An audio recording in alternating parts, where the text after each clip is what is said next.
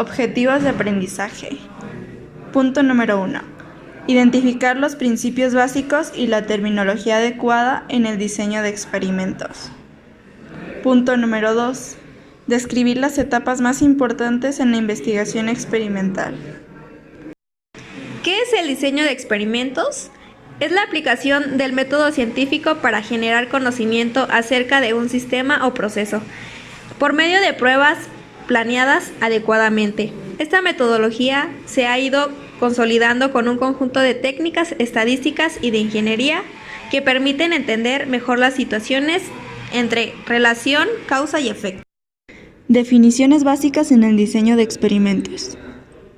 Experimento.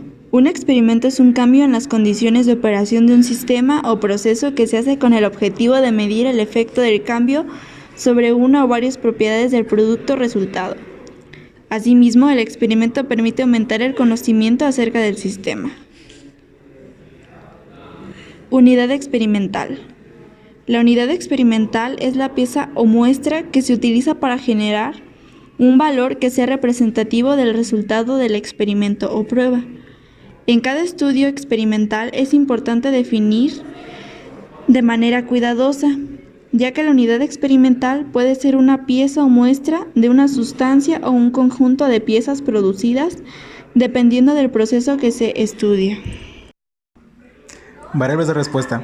A través de esta o esta se conocen el efecto, los resultados de cada prueba experimental, por lo que pueden ser características de la calidad de un producto o variables que miden el desempeño de un proceso. El objetivo de muchos estudios experimentales es encontrar la forma de mejorar las variables de respuesta. Factores controlables. Son variables de proceso o características de los materiales experimentales que se pueden fijar en un nivel dado. Algunos de estos son los que usualmente se controlan durante la operación normal del proceso y se distinguen porque cada uno de ellos existe la manera o mecanismo para cambiar o manipular su nivel de operación. Esto último es lo que hace posible que se pueda experimentar con ellos. Factores no controlables o de ruido. Son variables o características de materiales y métodos que no se pueden controlar durante el experimento o la operación normal del proceso. Algunos factores que suelen ser no controlables son las variables ambientales, por ejemplo, luz, humedad, temperatura, partículas, ruido, etc. Niveles y tratamientos. Los diferentes valores que se asignan a cada factor estudiado en un diseño experimental se llaman niveles. Una combinación de niveles de todos los factores estudiados se llama tratamiento o punto de diseño. Error aleatorio y error experimental. Siempre que se realiza un estudio experimental, parte de la variabilidad observada en la respuesta no se podrá explicar por los factores estudiados. Esto es, siempre habrá un remanente de variabilidad que se debe a causas comunes o aleatorias. Etapas en el diseño de experimentos. Planeación y realización. Son actividades encaminadas a entender, delimitar el problema u objeto de estudio y seleccionar variables de respuesta y factores. Concluye con la realización de los tratamientos a realizar y con la organización del trabajo experimental. 1. Entender y delimitar el problema u objeto de estudio. 2. Elegir las variables de respuesta que serán medidas en cada punto del diseño y verificar que se mide de manera confiable. 3. Determinar cuáles factores deben estudiarse o investigarse de acuerdo con la supuesta influencia que tiene sobre la respuesta. 4.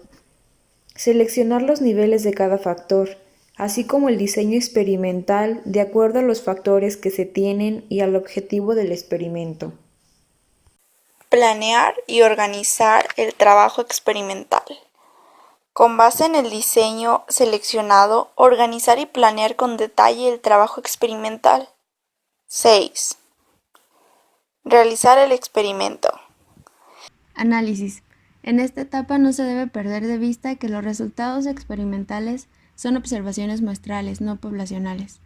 Por ello, se debe recurrir a métodos estadísticos inferenciales para ver si las diferencias o efectos muestrales son lo suficientemente grandes para que garanticen diferencias poblacionales. Interpretación. Aquí, con el respaldo del análisis estadístico formal, se debe analizar con detalle lo que ha pasado en el experimento, desde contrarrestar las conjeturas iniciales con los resultados del experimento hasta observar los nuevos aprendizajes que sobre el proceso se lograron. Control y conclusiones finales. Para concluir el estudio experimental se recomienda decidir qué medidas implementar para generalizar el resultado del estudio y para garantizar que las mejoras se mantengan.